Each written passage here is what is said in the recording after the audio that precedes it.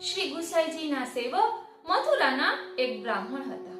તેણે શ્રી ગુસાઈજીને વિનંતી કરી કે મને શ્રી યમુનાજીનું સ્વરૂપ સમજાવો.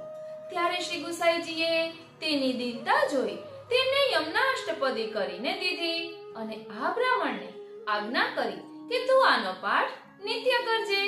ત્યારે આ બ્રાહ્મણે વિનંતી કરી કે મહારાજ, અમે તો અજ્ઞાની જીવ છીએ, તેથી કૃપા કરીને ભાવ સમજાવો તો સારું. ધ્યાન આપજો વાલા વૈષ્ણવો, એટલે પોપટની જેમ પાઠ કરવા કરતા ભાવ સમજીને પાઠ કરીએ તો અનેરો આનંદ આવે. તે ભાવ પણ આપણે અહીં સમજી શકીશું. અહીં કહે છે કે ભાવ સમજાવો તો સારું. ત્યારે શ્રી ગુસાઈજીએ તેને શ્રી યમુના અષ્ટપદીનો ભાવ કહ્યો. તેથી આ બ્રાહ્મણ શ્રી યમુનાજીના સ્વરૂપમાં મગ્ન થઈ ગયું અને વિનંતી કરી કે મહારાજ, કૃપા કરીને મને શ્રી યમુનાજીની સેવા પધરાવી આપો તો હું એની સેવા કરું. ત્યારે શ્રી ગુસાઈજીએ તે બ્રાહ્મણને શ્રી યમુનાજીની રેણુકા એટલે કે રજ એક થેલીમાં પધરાવી આપી અને કહ્યું કે તું આ રજની સેવા સારી રીતે કરજે. તને શ્રી યમુનાજી કૃપા કરીને બધો પ્રભુ લીલાનો અનુભવ જણાવશે. એટલે આ યમુનાષ્ટપદીનો ભાવ કરવા આપણે સમજવાનો છે અને શ્રી યમુનાજીની ભાવપૂર્વક સેવા કરવાથી પ્રભુની લીલાઓનો અનુભવ થાય છે.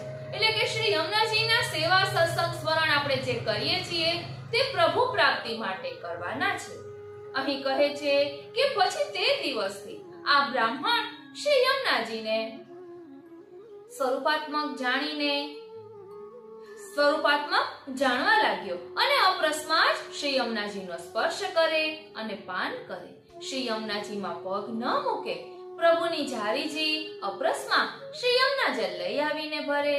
એક વખત મથુરાના વૈષ્ણવે શ્રી ગુસાઈજીના બાળકોને કહ્યું કે આ બ્રાહ્મણની પરીક્ષા લો.